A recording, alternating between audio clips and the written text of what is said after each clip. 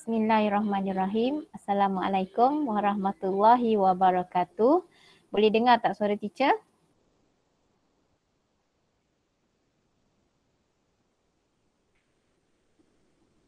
Boleh dengar tak suara teacher? Dengar. Dengar teacher. Alhamdulillah. Ada gangguan tak macam bunyi TV? Sebab sebenarnya anak teacher tengah tengok TV. Ada dengar bunyi TV tak? Tak ada. Hari ni to the point. Okay, Alhamdulillah. Thank you. Nah, kita hari ni kita nak pergi ke bab baru iaitu form 4 bab 3. Bab ni agak kritikal lah yang mana teacher akui banyak pelajar yang masih blur lagi tentang bab ni. InsyaAllah teacher akan pergi one by one slowly. Untuk bab hari ni kita tengok dulu soalan struktur. Struktur bahagian A kertas 2. Okay, kalau dekat kertas, dekat buku model awak tu, muka surat 16 dengan 17. Okay, so boleh nampak tak teacher punya buku teacher ni? Boleh nampak tak? Nampak?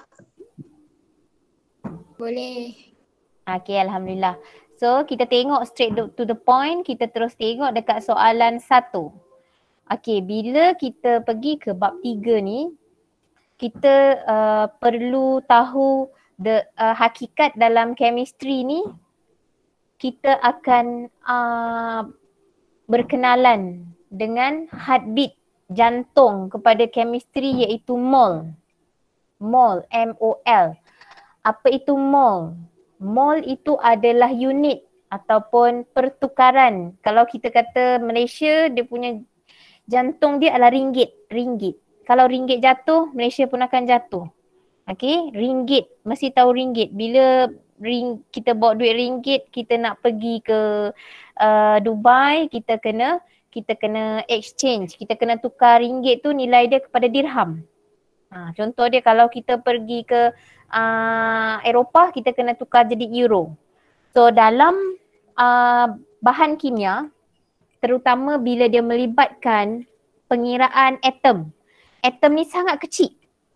Yang mana kita tak boleh nampak dengan mata. Walaupun kita kata kuman, dalam kuman tu ada atom-atom yang lebih kecil lagi yang membina kuman tu. So atom tu sangat kecil.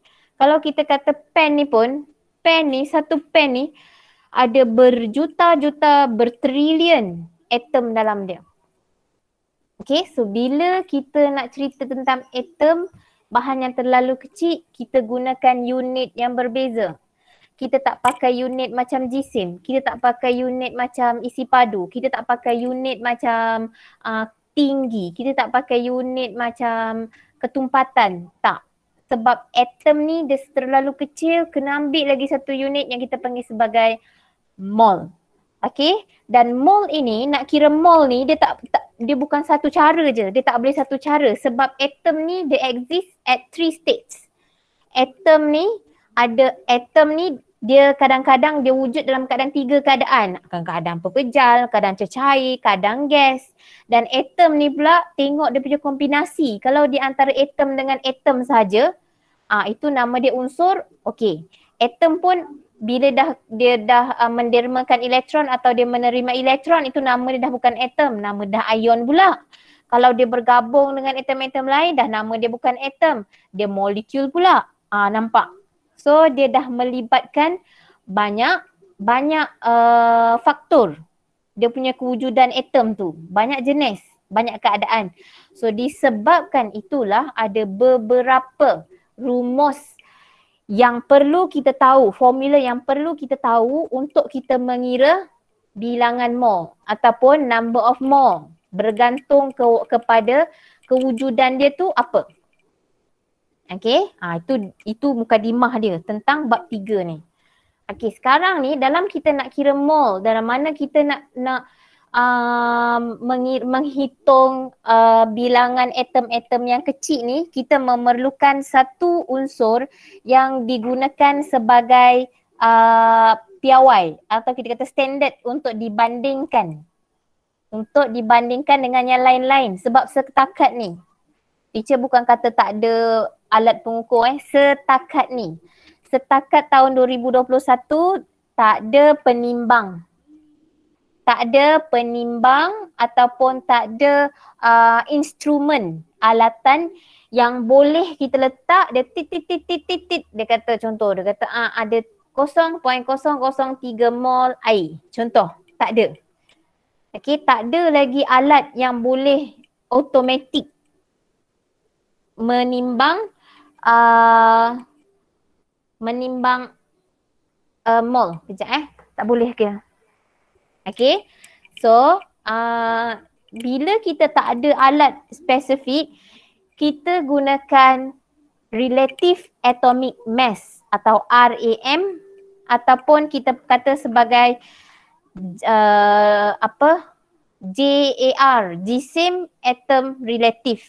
Relative ni maksud dia, bila kita kata relative itu adalah perbandingan, bukan relative saudara ya. Kalau kita tengok ni kan, kata bandingan atom relative. Nampak ni? Ni atom relative. Okay, relative atomic mass. Ni GCM atom relative, relative atomic mass. Maksud relative kat sini adalah perbandingan. Comparison. Dia ambil satu yang standard untuk dikomparekan dengan unsur-unsur lain. So dalam sejarah sebelum ni kalau baca balik waktu form 4, asal dia punya unsur yang dijadi sebagai standard relative atomic mass adalah ni standard atom yang digunakan mula-mula standard atom yang digunakan adalah hidrogen.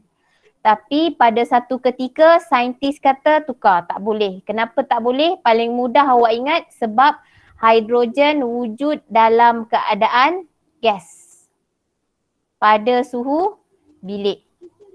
Maksud dia kalau kita ambil hidrogen sebagai kita punya standard untuk dibandingkan dengan unsur-unsur lain, hidrogen nak dibandingkan dengan natrium, dengan sodium, hidrogen nak dibandingkan dengan karbon, hidrogen nak dibandingkan dengan magnesium, aluminium.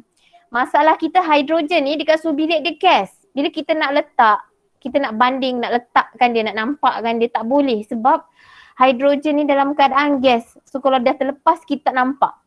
So itu very simple lah untuk hidrogen ni. Kenapa kelemahan dia. So that's why lama-lama dia ambil sampailah sekarang kita gunakan carbon 12 ataupun carbon 12. Okay, sebelum tu kita pergi dulu. Apa maksud relative atomic mass? Meaning of relative atomic mass. Macam teacher beritahu tadi, dia adalah comparison. Comparison apa? Dia adalah average, purata. Purata daripada mana? Daripada diambil dekat dalam nucleus of atom. Sebenarnya diambil daripada nucleus of atom. So, apa meaning dia? Dia adalah average mass of one atom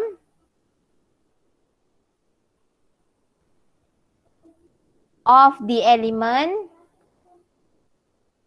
compare purata jisim satu atom sesuatu unsur dibandingkan dengan siapa ni? Kita punya standard kita adalah carbon 12. Kita punya standard carbon 12 compare to mass compared to 1/12. 1/12 of the mass carbon 12. Apa maksud 1/12 of the mass carbon 12? Apa maksud 1/12 mass carbon 12? Bila kita kata mass of carbon 12, nombor ini ada 12 ni adalah dia punya nombor nukleon. 12 ni adalah dia punya nombor nukleon. Kalau awak tengok dekat dalam jadual berkala, periodic table, nombor nukleon ni juga sebenarnya adalah kita punya gisim atom relative ataupun relative atomic mass. Maksud dia relative atomic mass of carbon 12 is 12. So, bila kita kata 1/12 times 12, so jadilah cancelkan 12, cancelkan 12 maksudnya 1. So, average mass of one atom of the element compared to 1/12 of the mass carbon 12. Ni sebenarnya nak kata ni perkataan yang ni perkataan 1/12 of the mass carbon 12 sampai sini maksudnya adalah satu atom carbon 12. Dia nak cakap, kalau katanya ni cakap ringkasnya adalah average mass of one atom of the element compared to one atom carbon 12. Sebenarnya nak cakap macam tu. Tapi nak nampakkan dia sebagai satu yang lebih berfakta dan nampak lebih kata numerical dia, nak nampak pengiraan kat situ, dia mesti tulis 1/12 of the mass carbon 12. Apa maksud 1/12 of the mass carbon 12? Apa maksud 1/12 daripada gisim carbon 12? Maksud dia adalah satu atom carbon 12. Dia nak cakap direct macam tu sebab bila saintis nak buktikan sesuatu, dia akan didebatkan macam mana dapat satu atom carbon 12. Sebab tu kita kena mention kat situ, okey, satu atom carbon 12 adalah bersamaan dengan 1/12 of 1/12 daripada gisim carbon 12. Itu bersamaan dengan satu carbon 12. Bila kita nak debatkan dengan saintis, dia kata macam mana awak tahu purata gisim satu atom dibandingkan dengan satu atom carbon 12. Sebab tu kita kata 1/12 darab 12. Sebab apa darab 12? Sebab nombor nukleon carbon adalah 12. So apa elemen? Contoh kalau kata what is the meaning of relative atomic mass for sodium? Apakah dimaksudkan dengan gisim atom relative sodium? So kita kata average mass of one atom sodium compared to 1/12 of the mass carbon 12. Purata gisim bagi satu atom natrium kepada dibandingkan dengan 1/12 gisim carbon 12. Macam tu je. Maksud dia kat sini tak boleh ubah. Yang ni tak boleh ubah ni. Mesti ada compare to 1/12 of the mass carbon 12. Ini pelajar selalu tak boleh nak ulang lagi. Tak boleh nak ulang. So nak tak nak ni mula-mula memang susah nak digest. Salin perkataan ni. Average mass of one atom ini. Compare to 1/12 of the mass of carbon 12. Lama-lama insyaAllah awak hafal. Okay? Ingat bukan senang nak senang. Tapi bila dah awak faham insyaAllah semua nampak senang. Okay, setakat ada soalan tak untuk 1A? Tak ada. Okay, good. Okay, seterusnya B. Give one reason why carbon 12 is used as a standard atom compared to the mass of atom. Kenapa carbon 12 digunakan sebagai atom piawai ataupun atom standard? Kenapa digunakan dia sebagai standard piawai? So tadi kalau hidrogen tak boleh sebab dia wujud dalam keadaan gas. So kenapa kita pilih carbon? Because carbon is the most abundant. Paling banyak isotop carbon yang paling banyak. Okay, dekat bumi ni. Okay, because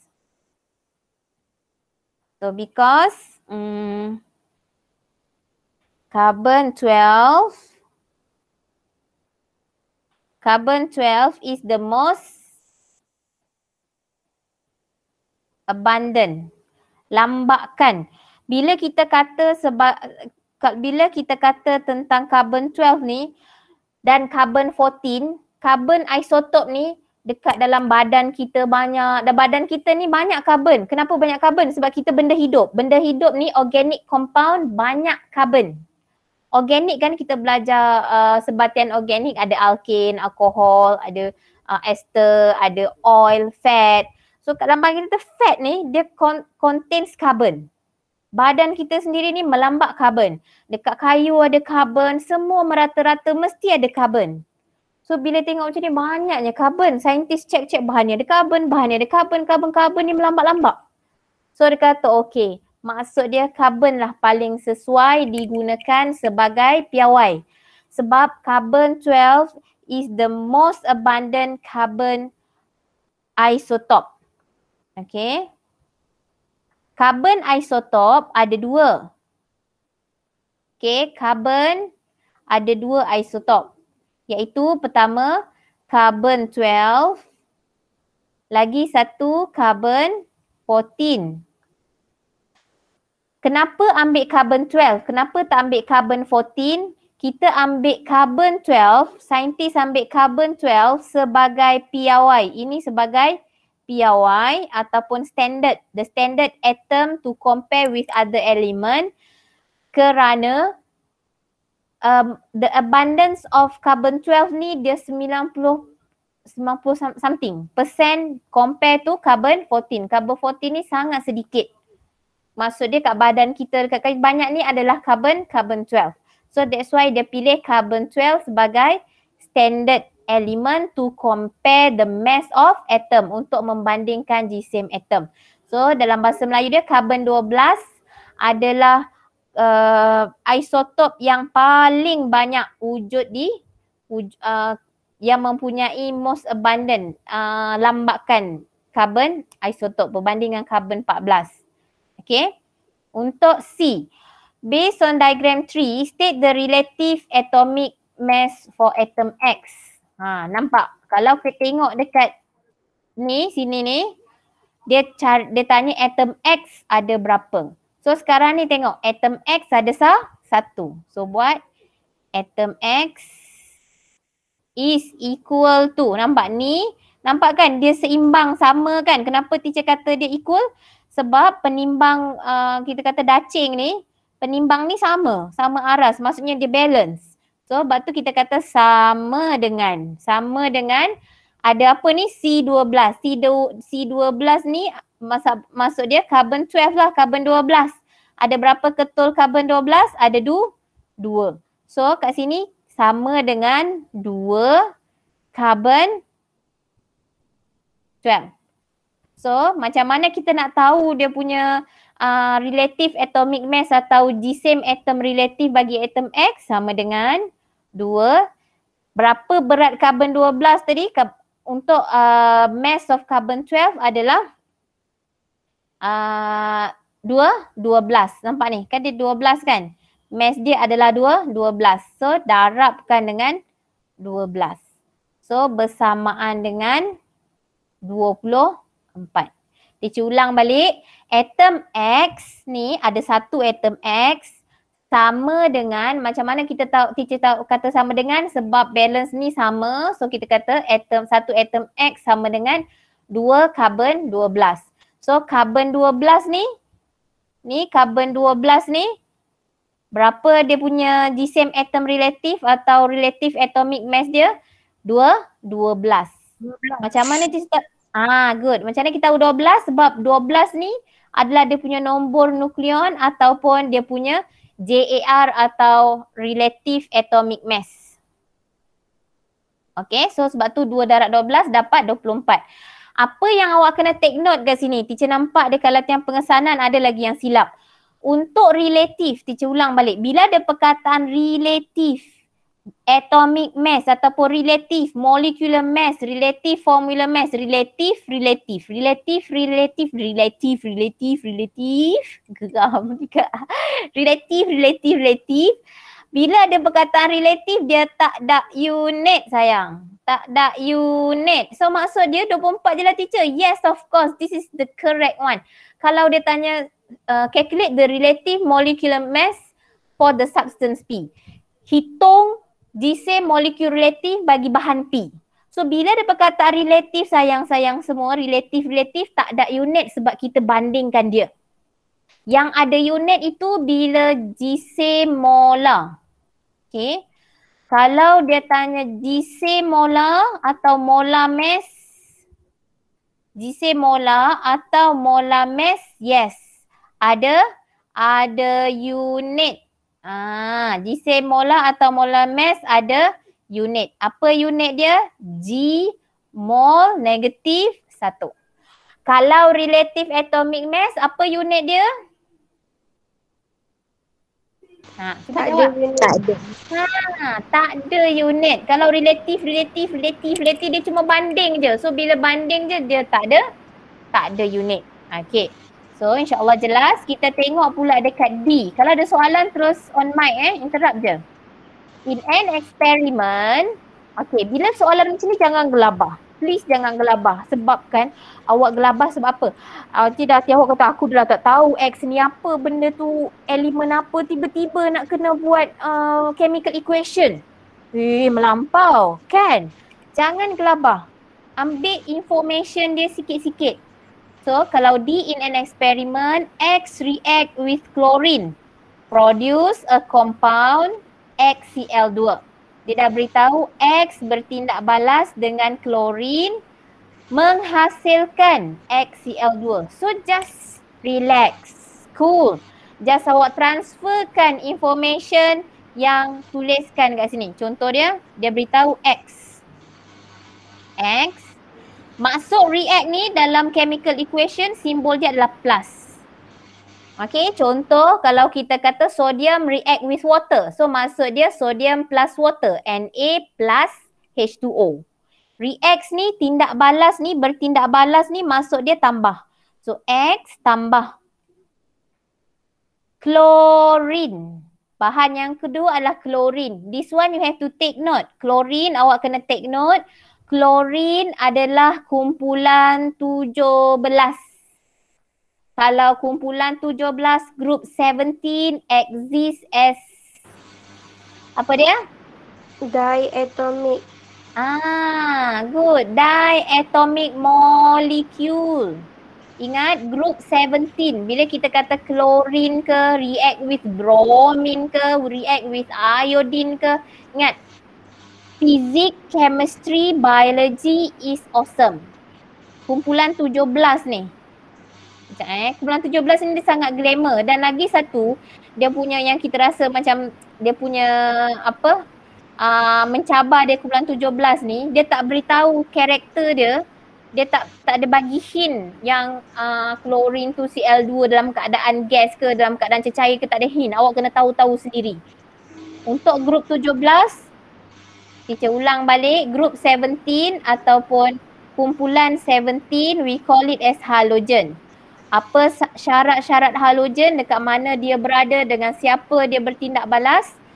Dia dengan siapa-siapa pun dia mesti exist as diatomic molecule. Atau dalam bahasa Melayu dia molecule. Dalam bahasa Melayu dia wujud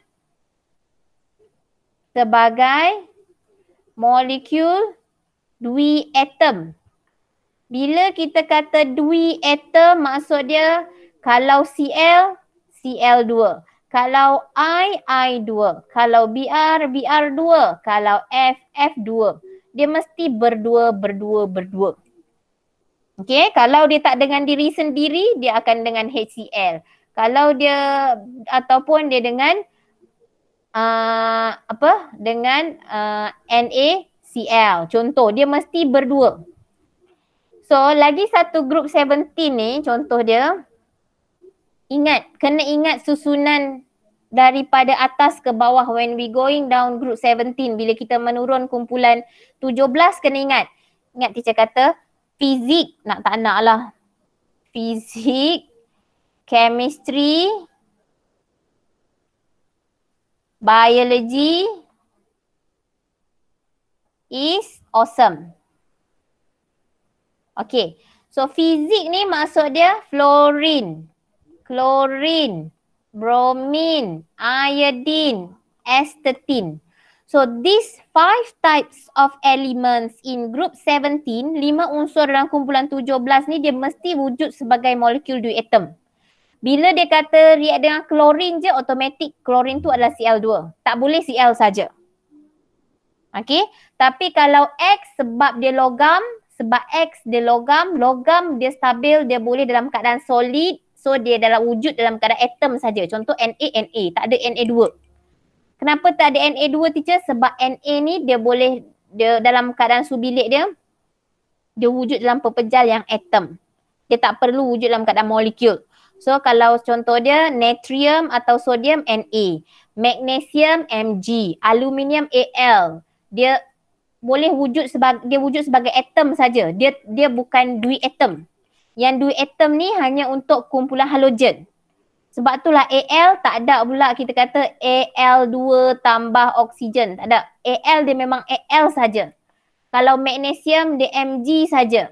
Kalau Na sahaja. Sebab depa-depa ni adalah grup logam, grup metal yang wujud dalam keadaan atom. Dia tak bergabung untuk menjadi molekul. Tetapi kalau kumpulan 17, grup 17 memang hakikatnya it exists as a diatomic molecule duatom.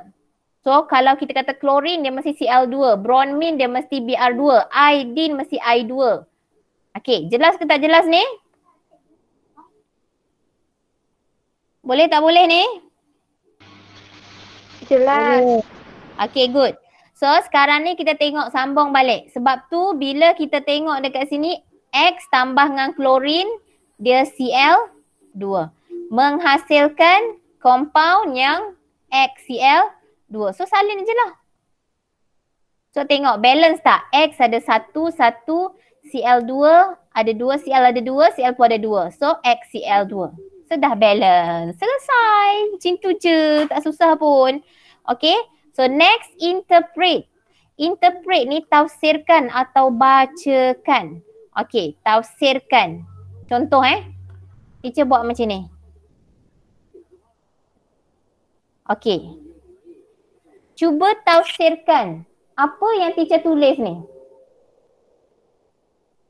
Cuba tafsirkan apa yang teacher tulis ni. I love you. Ni simbol je kan, tapi awak boleh sebut I love you yang maksud dia mendalam. I love you tu maksud dia dia sayang, dia prihatin. Okay. So ini maksud tafsirkan. So bila awak tengok dekat chemical equation ni, apa yang awak boleh interpret, ini maksud dia bila depan ni tak ada nombor, maksudnya ini 1 mole of X. Plus tadi teacher kata apa? Reacts. Ataupun 1 mol X bertindak balas dengan ni tak ada nombor kan. So bila tak ada nombor maksud dia 1 mol of chlorine, arrow ni menghasilkan ataupun to produce, depan ni ada nombor tak? Tak ada. So 1 mol of XCl2. That's all. Saya ulang balik. Bila tafsirkan daripada sini, cuma awak kena tahu. Kena translatekan kepada mol. Bila depan ni kosong, tak ada nombor, tak ada perkali, there is no coefficient at all. Depan ni tak ada perkali. Hilang. Depan X ni tak ada nombor. Depan Cl2 ni tak ada nombor. So bila tak ada nombor, maksud dia perkali dia adalah 1. So bila 1 means that itu adalah 1 mole. So macam mana awak nak interpret? Awak beritahu 1 mole of X plus ni maksudnya react. React, sama macam ni tadi kan? React with. Sebenarnya ada dah kat atas ni. Salin aja. Cuma kena tambah dekat atas dia 1 mole. 1 mole of X react with 1 mole of chlorine to produce a compound ni gantikan dengan 1 mole of Xl2. So nampak awak pakai yang ke atas dah boleh dapat jawapan berapa? Dapat 2 markah dah. Semua jawapan ada dekat atas. 1 mole of X react with 1 mole of XCl2. Atau dalam bahasa Melayu 1 ni satulah 1 mole of satu mol X bertindak balas dengan satu mol tertinggal. 1 mole of X react with 1 mole of chlorine. 1 mole of chlorine to produce, shortcut pula, to produce 1 mole of XCl2. Okay, ataupun kita kata 1 mol X bertindak balas dengan 1 mol klorin menghasilkan 1 mol XL2. Ada semua kat atas ni, cuma kena tambah sikit. Okay, so selesai yang ni. By using the relative atomic mass of X from your answer in C, mana relative atomic for X ni 24 ni. Kan tadi kita kira relative atomic mass of X bersamaan dengan 24, tak ada unit. So maksud dia punya RAM ataupun JAR dia adalah 24. Okay. Calculate number of mole. Nampak? Dia nak calculate number of mole of chlorine. Chlorine. Needed to react completely. Information beri adalah 2.4 gram of element X. Dengan menggunakan GSM atom relative X, hitung bilangan mol klorin yang diperlukan untuk bertindak balas secara lengkap dengan 2.4 gram unsur X. Bila soalan macam ni, awak kena extract information ni maklumat yang dia bagi dengan question. Question yang dia tanya, hitung apa? Hitung apa-apa itu adalah persoalan. Calculate apa-apa itu adalah persoalan. Ini adalah question. Ini adalah question and 2.4 gram of element X ini is the info. So kita kena relatekan our info with our question. Given our info is 2.4 gram element X. So X ini adalah kita punya info. Iaitu kita dapat 2.4 gram. Klorin ni, berapa mol klorin adalah kita punya question. So kita kena kaitkan ni, kita kena ambil dua ni sebagai kita punya perkadaran untuk cari jawapan. Okay, perkadaran untuk cari jawapan. So teacher buat dekat, ni tak muat, teacher buat dekat kertas. Okay. So contoh dia macam ni. So tadi kita dah tahu X plus Cl2 produce XCl2. 1 mole of X react with 1 mole Cl2 produce XCl2. So kita punya information adalah X. Info kita yang kita ada X. Dia berikan, dia kata 2.4 gram. Yang question dia tanya adalah, question kita klorin. Dia tanya berapa mol. So dari bila macam ni, pertama sekali kita kena tahu hubungan. Apa hubungan X dengan Cl2? Apa kaitan X dengan Cl2? Okay, so kita buatkan hubungan dia. We know that 1 mole of X will react with 1 mole Cl2. 1 mol X akan bertindak balas dengan 1 mol Cl2. Okay, 1 mol X akan bertindak balas dengan 1 mol Cl2. So sekarang ni kita nak tengok. In this situation, dekat dalam soalan ni, berapa mol X? Berapa mol X yang digunakan? Berapa mol Cl2? Cl2 dia tak bagi maklumat, tapi X ada maklumat iaitu 2.4 gram. So kat sini kita kena cari bilangan mol, number of mol of X. Number of mol X equal to 2.4 bahagi divide with dia punya relative atomic mass iaitu 24. So awak akan dapat 0.1 mol. Good. So daripada sini awak akan tahu, you can know that ni Kalau 1 mole of X react with 1 mole of Cl2, so if 0.1 mole, so bila 0.1 mole of X, dia akan react dengan how many mole of chlorine? 0.1 mol. 0.1 mole Cl2. So the answer is 0.1 mol. the answer is 0. Jawapan dia adalah 0.1 mol. So inilah bilangan mol klorin. Sebab soalan ni tak tanya mass, tak tanya volume. Dia memang nak tanya mol saja. Kalau dia tanya GSIM, barulah kita convertkan kepada GSIM. Sebab memang soalan dia tanya berapa bilangan mol. Biasanya soalan ya.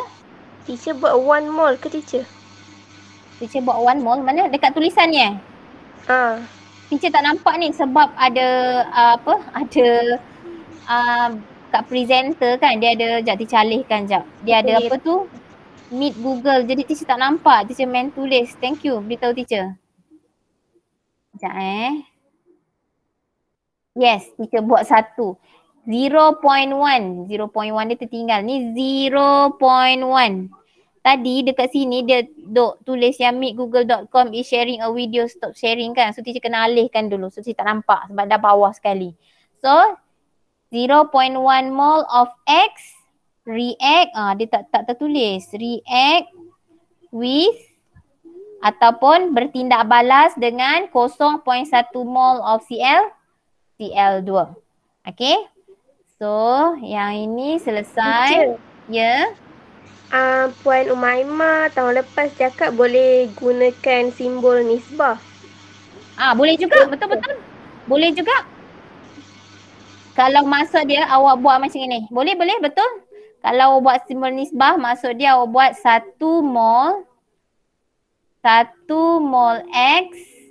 Ni kan, nisbah macam ni kan? Dengan 1 mol. Boleh, betul. Boleh juga. Cara ni pun boleh juga. Instead of react ataupun produce, awak buat simbol nisbah. Okay, so 1 mol X nisbah ataupun ratio 1 mol Cl2. So, bila 0.1 mol X, maksudnya dia sama juga 0.1 mol Cl2. Yes, boleh. Okay, ada soalan lagi? Ada soalan lagi tak? Tak ada. Okay, so kita last sekali kita tengok. Sikit je lagi. Okay. In another experiment, 1.92 of X react with 1.28. Nampak ni, 1.92 dengan 1.28 oksigen.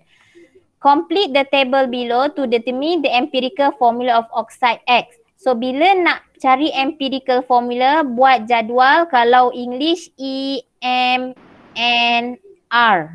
Kalau bahasa Inggeris, teacher selalu ingatkan EMNR. Kalau bahasa Melayu, teacher biasa cakap jadual UJBK. Apa UJBK? UJBN. U ni unsur, J ni adalah jisim, B ni bilangan mol, N ni nisbah. E elemen, mass, number of mole, ratio. So ini alhamdulillah jadual dah bagi. So dah ada guideline kat awak. Cuma awak kena tahu macam mana nak cari number of mole. Siap-siap tulis dia punya relative atomic mass X dekat bawah ni. X, contoh relative atomic, lengkapkan cara untuk menentukan formula empirik. Okay. So jisim atom relative oksigen adalah 16, X tadi 24. So bila nak cari number of mole, ingat nak cari number of mole is equal to jisim over jisim molar. Ataupun mass over molar mass. Ingat teacher beritahu value nilai. Nilai untuk molar mass dengan relative atomic mass adalah sama. Sama dengan relative atomic mass. Kalau relative atomic mass untuk X adalah 24, so molar mass dia pun 24. Cuma molar mass ni ada unit. Tu je, nilai dia sama. So So 1.92 bahagi dengan 24, 1.28 bahagi dengan 16. Dapat tak? Dapat berapa? Teacher tak ada kalkulator. 0.08. Ini yang untuk mana 0.08 X ke O? Dua-dua. Dua-dua 0.08, 0.08. So bila nak cari ratio, kita kena bahagi dengan smallest number of mole. Smallest number of mole. Sekarang kita tengok mana yang smallest, dua-dua sama. So dua-dua bahagi dengan 0.08. So kita akan dapat satu. So kita punya formula empirik adalah X1O1 ataupun kita kata sebagai XO. Okey. Setakat ni ada masalah tak? Tak ada. Okey, boleh? Tak ada. Okey, good. Okey. Boleh. Alhamdulillah. So nanti teacher akan forwardkan kita punya contengan ni dekat dalam group. Dia akan forwardkan. Nanti kalau ada masalah, ada lagi yang tak faham, boleh PM teacher. Okay. So last sekali, ada soalan apa-apa tak?